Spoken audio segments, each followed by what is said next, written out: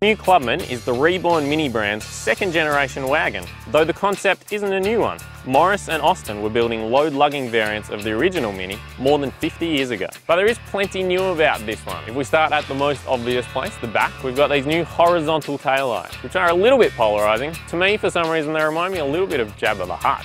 However, there is plenty of good stuff at the back here. A new feature, if you have your hands full of gear, you can just give a kick underneath the bumper and you can open up the doors. You can give another one and it opens up the other side too, which is pretty handy. If we have a look in here, we now have a 360 litre boot, which is still a little bit smaller than in something like a Volkswagen Golf. However, it's more than 80 litres bigger than what you get in the Mini 5-door. There's also this handy little flip up there that you can just store even more stuff down the bottom.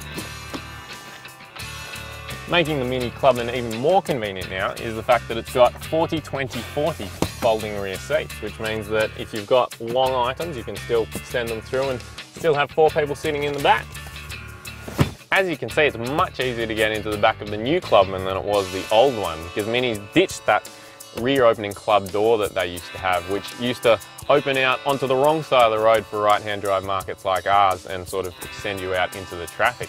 Now it's got 2 conventional front hinge doors.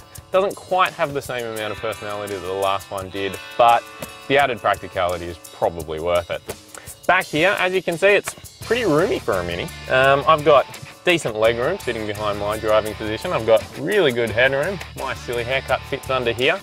And there are also some really premium touches that you don't really find in the compact class. We've got these diamond stitch seats, which are really nice. We've also got rear air vents, which is pretty rare for this class. And also just the quality all around is really good. We've got leather on the doors and soft touches everywhere.